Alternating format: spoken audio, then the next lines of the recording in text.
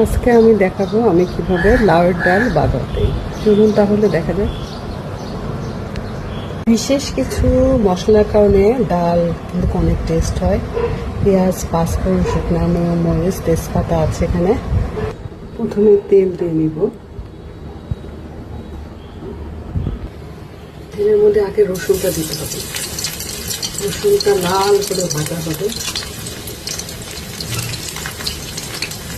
তারপরে দেব শুকনো মরিচ, তেজপাতা, দেব অল্প পাঁচফোড়ন।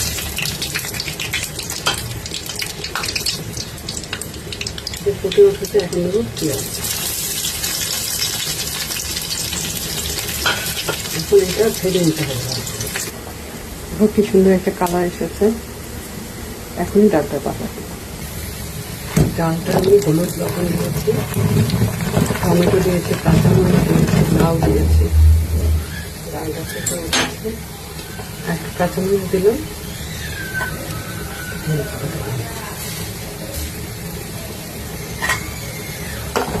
একটা লাউয়ের ডাল সুন্দর একটা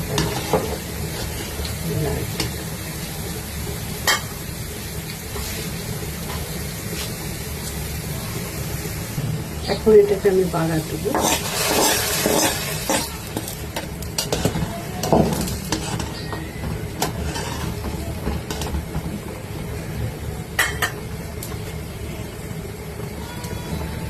এখন এটার মধ্যে একটা জিনিস দিব, সেটা হলো আদা বাটা। এখন এটার মধ্যে আদা বাটা দিলে অল্প পরিমাণ দেব। এই আদা বাটা দিলে স্বাদটা একদম মানে দ্বিগুণ হয়ে যাবে।